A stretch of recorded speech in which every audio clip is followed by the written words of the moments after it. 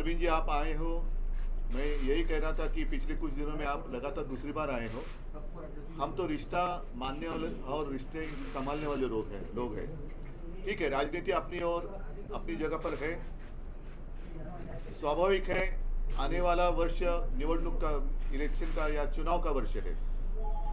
इस बार अगर ट्रेन छूट गई तो हमारे देश से प्रजातंत्र गायब हो जाएगा।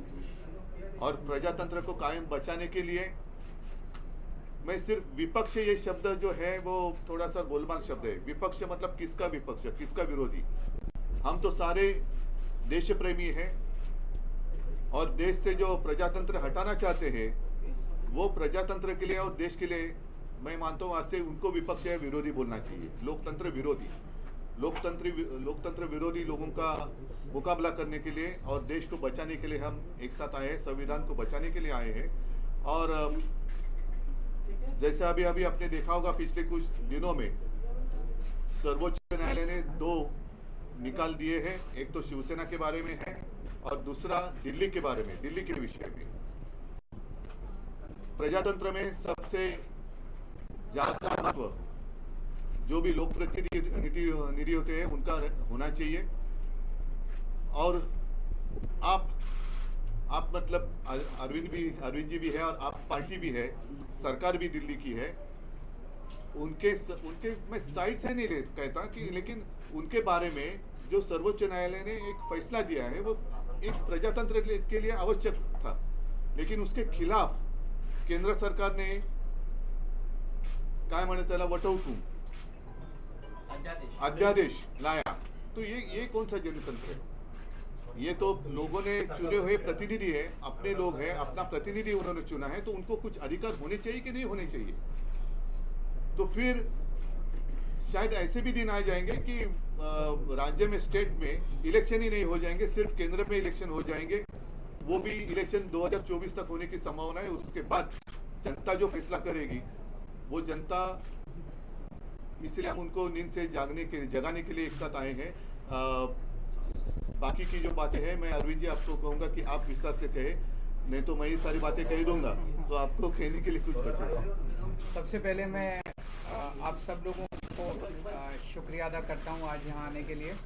मैं उद्धव जी का, उनके पूरे परिवार का और उनकी पार्टी का अपनी तरफ से, अपनी पार्टी की तरफ से और हमारी पूरी टीम की तरफ से, हम जो लोग आए हैं सबकी तरफ से तहे दिल से शुक्रिया अदा करता हूँ। इतना उन्होंने अब हमें अपने परिवार का हिस्सा बना लिया है। तो जैसा उन्होंने कहा, मैं भी उन्हें कहना चाहता हूँ कि हम भी रिश्ता निभाने वालों में हैं। आपके साथ रिश्ता बनाया है तो पूरी ज़िंदगी आपके साथ रिश्ता निभाएंगे, दोस्ती का रिश्ता।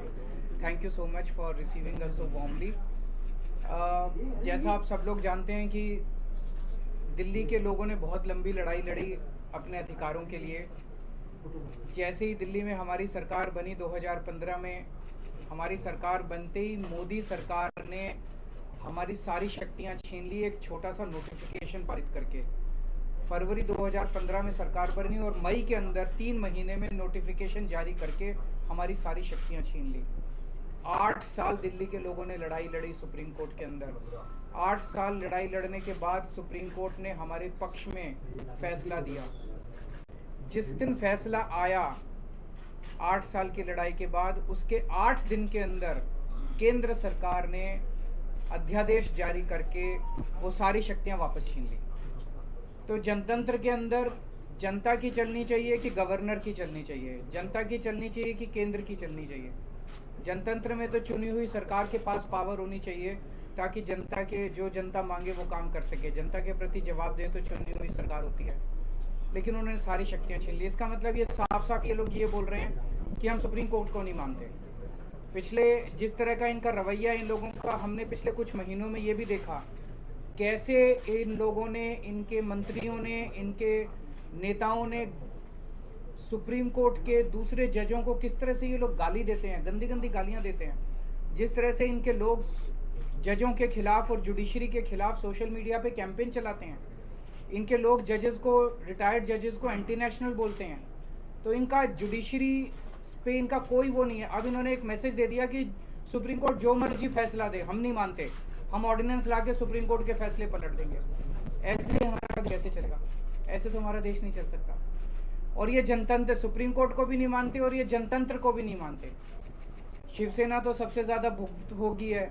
किस तरह से भारी बहुमत से चुनी हुई, जनता द्वारा चुनी हुई सरकार को इन्होंने गलत तरीके से सीबीआई से, ईडी से, पैसे से इनके एमएलएज को तोड़ के इनकी सरकार गिरा दी।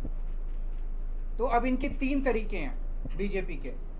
3 तरीकों से अगर कोई बीजेपी की सरकार नहीं बनाएगा, किसी राज्य में नहीं बनेगी, तो या तो वो एमएलए खरीद के उसकी सरकार गिरा देंगे, या एमएलए सीबीआई और ईडी का डर दिखा के एमएलए तोड़ के उनकी सरकार गिरा देंगे, और या फिर ऑर्डिनेंस ला के उनकी सारी शक्तियां छीन लेंगे। दिल्ली में यही हुआ। इन्होंने ऑपरेशन लोटस किया, 2-3 बार ऑपरेशन लोटस किया, हमारे एमएलए खरीदने की, तोड़ने की कोशिश की, हमारा एक भी एमएलए नहीं बिका। जब इन्होंने देखा कि इनकी सरकार टूट नहीं रही, इनकी सरकार गिर नहीं रही, तो अभी ऑर्डिनेंस ला के इन लोगों ने हमारी सारी शक्तियां छीन ली। तो इन लोगों को बहुत ज़्यादा अहंकार हो गया है, और जब किसी आदमी को बहुत अहंकार हो जाता है तो बहुत स्वार्थी हो जाता है वो आदमी। ऐसा व्यक्ति देश नहीं चला सकता जो इतने अहंकार और इतने स्वार्थ के अंदर जीता है। वो फिर देश के बारे में नहीं सोचता। वो केवल ये ऑर्डिनेंस क्या है, ये ऑर्डिनेंस ये है कि सुप्रीम कोर्ट की हिम्मत कैसे हो गई हमारे खिलाफ आदेश देने की, हम देखते हैं। तो ये अहंकार का नतीजा है। अहंकार के अंदर जब आदमी आ जाता है तो फिर कुछ नहीं बचता है। तो मैं बहुत बहुत शुक्रिया अदा करता हूँ शिवसेना का, उद्धव जी का, कि उन्होंने दिल्ली के लोगों का आज साथ दिया। ये लड़ाई दिल्ली की नहीं है, ये लड़ाई पूरे देश के अंदर संविधान की है, जनतंत्र की है, फेडरलिज्म की है। जिस तरह से सारी देश के अंदर सरकारों को परेशान किया जा रहा है, सीबीआई और ईडी का डर दिखा के सरकारें तोड़ी जा रही हैं गवर्नर्स के जरिए। आपको जान के ताज्जुब होगा, पंजाब के अंदर इस बार बजट सेशन नहीं बुलाने दिया गवर्नर ने। गवर्नर ने कहा बजट सेशन नहीं होगा। आप सोच सकते हैं, बजट सेशन की अनुमति नहीं दी गवर्नर ने। इनको सुप्रीम कोर्ट जाना पड़ा, सुप्रीम कोर्ट से आदेश लेके आए कि बजट सेशन होगा, तब बजट सेशन हुआ। तो ये तो जनतंत्र ही नहीं बचेगा। फिर चुनाव क्यों कराते हो? फिर तो एक प्रधानमंत्री और 31 गवर्नर बैठ के अपना देश चला लें। फिर कोई मुख्यमंत्री की जरूरत नहीं, कोई कैबिनेट की जरूरत नहीं, कोई काउंसिल ऑफ मिनिस्टर्स की जरूरत नहीं। इसको हम सबको मिलकर लड़ना होगा। ये केवल दिल्ली की लड़ाई नहीं है। और शिवसेना ने हमें प्रॉमिस किया है कि जब ये संसद में बिल आएगा तो संसद में इसके खिलाफ दिल्ली वालों का समर्थन करेंगे।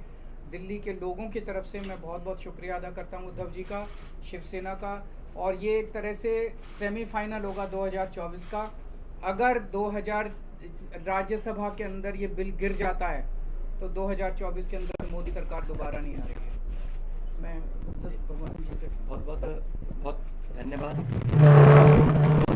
उद्धव जी का, उनके सारे एमपी लोकसभा और राज्यसभा के मेरे साथी भी रहे, अरविंद जी, संजय राव जी, और मेरी पार्टी के प्रधान अरविंद केजरीवाल जी, और उद्धव जी ने पहले भी हम मातोश्री में आए थे और यहाँ के हमें घर जैसा माहौल मिलता है, तो उसके लिए मैं बहुत धन्यवाद करता हूँ, इतना मान सम्मान करते हैं। जैसा कि उद्धव जी ने और अरविंद जी ने बोला, लोकतंत्र खतरे में है और भारी खतरे में है।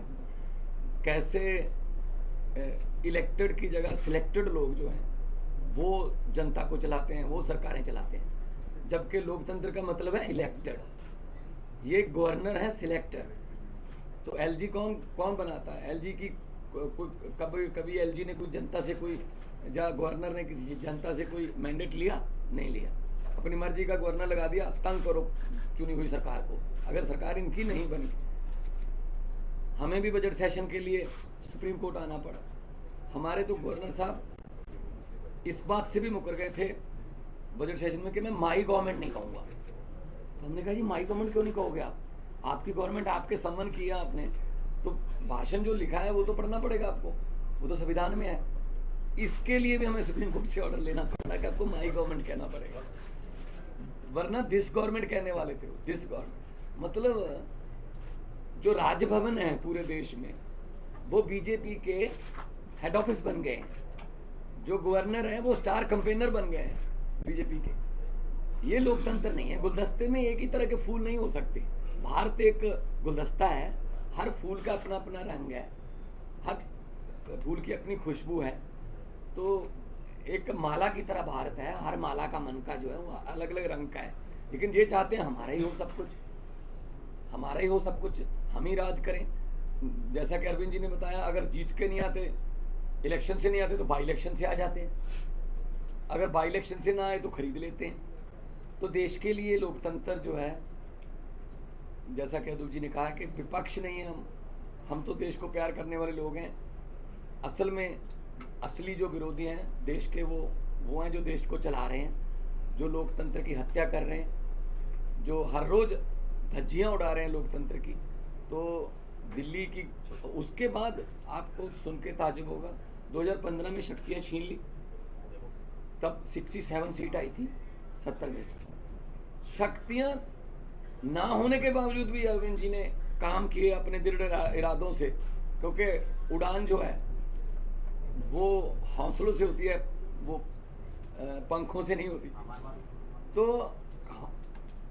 शक्तियां छीनने के बाद भी काम किए। 2020 में दोबारा शक्ति दी लोगों ने, 63 सीट्स।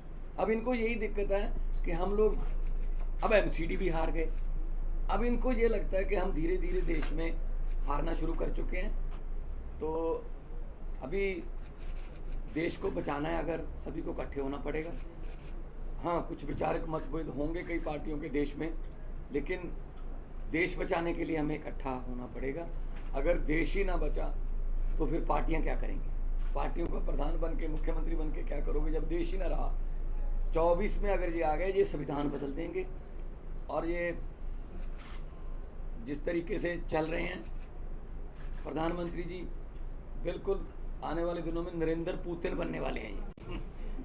हाँ, ये इलेक्शन ही कराएंगे, ये कहेंगे 35 साल की मैं ही हूँ, बस 40 साल की ये मैं ही हूँ। तो ये उन राहों पर चल रहे हैं। तो ये बहुत खतरनाक है। देश का लोकतंत्र जो है, देश के शहीदों ने अपना खून का कतरा कतरा, हमारे पुरखों ने कतरा कतरा खून का बहा के ये देश हमको लेके दिया था। ये किसी के बाप की जागीर नहीं है कि ये देश के मालिक बन के बैठ गए।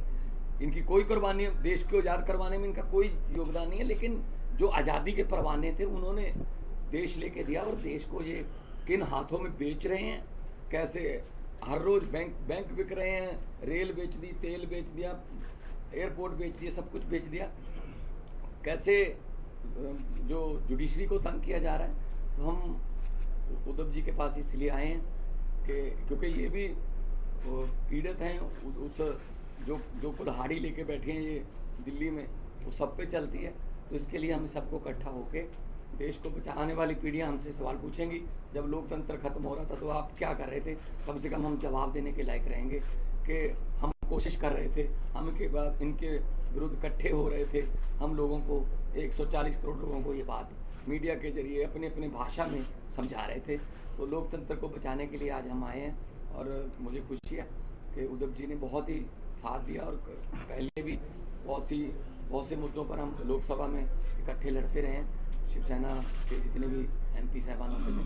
तो मैं इनका बहुत आभार भी व्यक्त करता हूँ कि हमें मान सम्मान दिया, और इनको पंजाब आने का न्योता भी देता हूँ। आइए दरबार साहब, आइए के वहाँ पे बहुत शांति सुकून वाली जगह, और हम लोग मिलके सब देश को, क्योंकि लंबे सफ़र को मीलों में मत बांटिए, कौम को कबीलों में मत बांटिए, एक बहता दरिया है मेरा भारत देश, इसको नदियों और झीलों में मत बांटिए।